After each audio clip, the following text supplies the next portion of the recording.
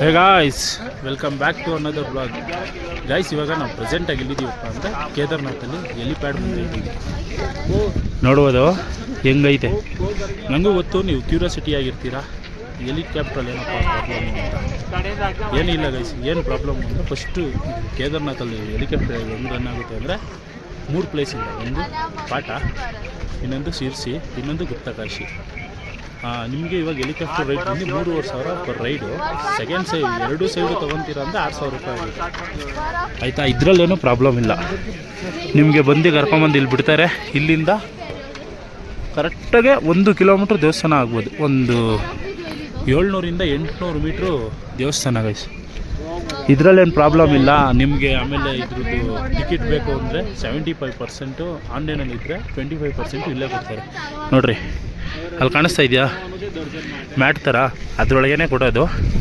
ಮೇಯ್ನಾಗೆ ಏನಪ್ಪ ಪ್ರಾಬ್ಲಮ್ಮು ಅಂದರೆ ಈ ಹೆಲಿಕಾಪ್ಟರ್ ಇದ್ರಲ್ಲಿ ಬಂದಿರೋಕ್ಕೆ ಫಸ್ಟು ವೆಯ್ಟು ಗೈಸ್. ವೆಯ್ಟು ಅದು ಯಾವ ಥರ ಮ್ಯಾಟ್ರ್ ಆಗುತ್ತೆ ಅಂದರೆ ಇದರಲ್ಲಿ ನಿಮಗೆ ಬುಕ್ಕಿಂಗ್ ಮಾಡ್ಬೇಕಾದ್ರೆ ಏನು ಹೇಳೋದು, ಫಸ್ಟು ರಿಜಿಸ್ಟ್ರೇಷನ್ ಮಾಡಿಸ್ತೀರಾ ಅಂದ್ಕೊಳ್ಳಿ. ರಿಜಿಸ್ಟ್ರೇಷನ್ ಮಾಡಿದ ತಕ್ಷಣ ಹೆಲಿಕಾಪ್ಟರ್ ಬುಕ್ ಮಾಡೋಕ್ಕೆ ಅಂತ ಐತಿಲ್ಲ. ಹೆಲಿಕಾಪ್ಟರ್ ಬುಕ್ ಮಾಡಬೇಕಾದ್ರೆ ಏನಾಗುತ್ತೆ ಗೊತ್ತಾ ಪ್ರಾಬ್ಲಮ್, ಈ ಹೆಲಿಕಾಪ್ಟರ್ ರೈಡ್ ಮಾಡಬೇಕು ಅಂದರೆ 80 kg ಇರಬೇಕು, ಅಂದರೆ 75 kg ನೀರು ಇರಬೇಕು, 80 kg ಅಂದರೆ 5 kg ಬ್ಯಾಗೇಜ್ ಇರಬೇಕು. ಆದರೆ ನಮ್ಮ ಜನಕ್ಕೆ ಏನು ಗೊತ್ತು, ವೆಯ್ಟ್ ಗೀಟ್ ಎಲ್ಲ ಏನು ಗೊತ್ತಿಲ್ಲ. ಈಸಿ ಹೆಲಿಕಾಪ್ಟ್ರಲ್ಲಿ ಹೋಗ್ಬಿಡೋಣ ಅಂದ್ಬಿಟ್ಟು ಡಿಸೈಡ್ ಮಾಡ್ಕೊತಾರೆ. ಅದರಲ್ಲಿ ನಮ್ಮ ಜನಗಳು ಅನ್ನಲ್ಲ, ಅದು ನಾನು ಯೋಚನೆ ಮಾಡಿದ್ದೀನಿ ಹೆಲಿಕಾಪ್ಟರ್ ಬರೋಲ್ಲ ಅಂತ.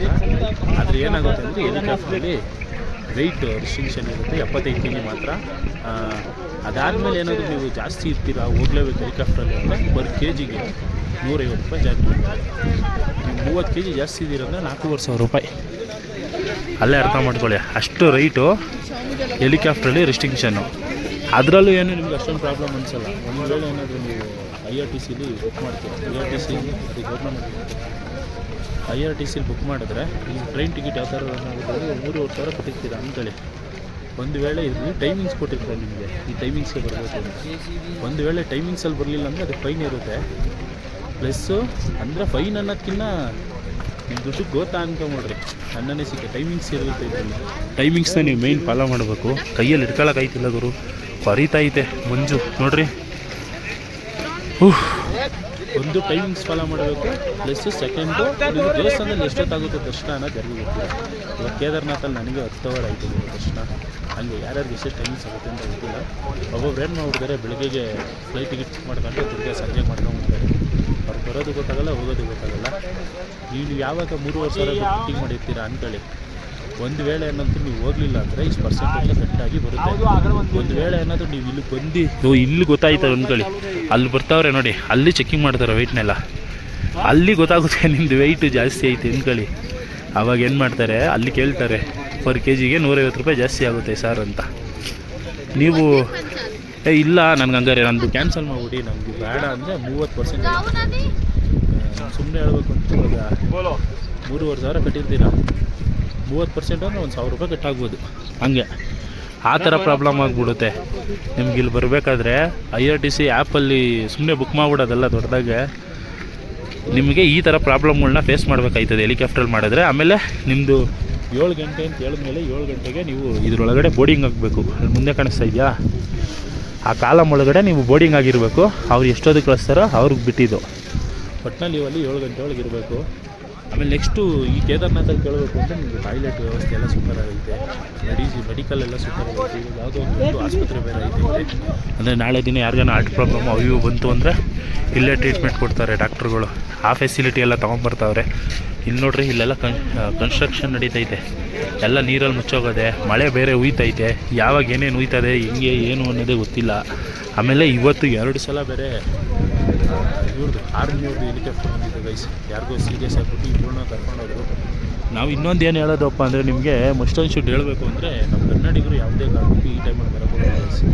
ಬಂದರೆ ಜೂನಿಂದ ಆಗಸ್ಟ್ ಒಳಗಡೆ ಬನ್ನಿ. ಯಾಕೆ ಗೊತ್ತಾ, ಈ ಟೈಮಲ್ಲಿ ಎಲ್ರಿಗೂ ರಜೆ ಇರುತ್ತೆ. ಈ ಕಡೆ ಸೈಡವರೆಲ್ಲ ಮಕ್ಕಳಿಗೆ ಎಲ್ಲರೂ ಒಂದೇ ಸಲ ಬಂದುಬಿಡ್ತಾರೆ.